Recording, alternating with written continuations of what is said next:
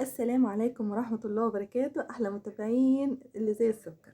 أنا عايزة أقول كلمتين والله للعرب اللي بيتفرجوا على المصريات اللي بتشحت في التيك توك. صدقوني يا جماعة، في كمان في عرب بيعملوا نفس طريقة المصريات.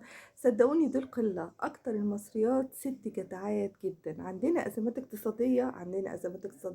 الحال ملطش بالكل، عامل زي موج البحر كده اللي عمالين مش عارفين نهايته، مش عارفين نهايته. لكن في كتير قوي ماسكين على قيمهم ودينهم والله العظيم، بس مش باينين.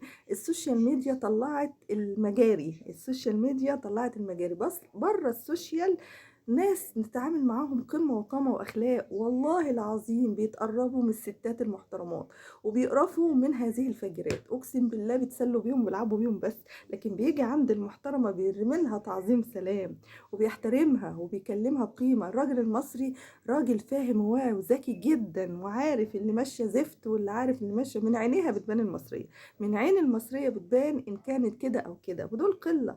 الماسك على دينه وماسك جمره نار، ربنا راضي عن كل واحد ماسك على دينه. وانا دايما اقول ان الناس اللي ماسكه على دينها فوق الراس، والناس المحترمه فوق الراس، والمتابعين اللي بيتابعوا الصفح المحترمه فوق الراس. لا، انتوا لازم تتمجدوا وتتعظموا وتشالوا فوق الراس لاسباب كتير قوي قوي قوي قوي، ان ربنا راضي عنكم. يبقى العباد لازم يرضوا عنكم، لازم يمجدوكوا ويعظموكوا ويظهروكوا. السوشيال ميديا ظهرت زي واحدة طالعة شتمت أبوها بألفاظ خارجة وتعمل حركات إيمائية ببقها. شين خ ر ه. في بنت تعمل شين خ ر ب، وكلمة ألف ح ألف اللي بيقولوا دلوقتي بقت عادي، وكلمة تتقال بقت كل البنات عايزة تقولها. لا، احنا لحد الآن معتبرها كلمة عيب.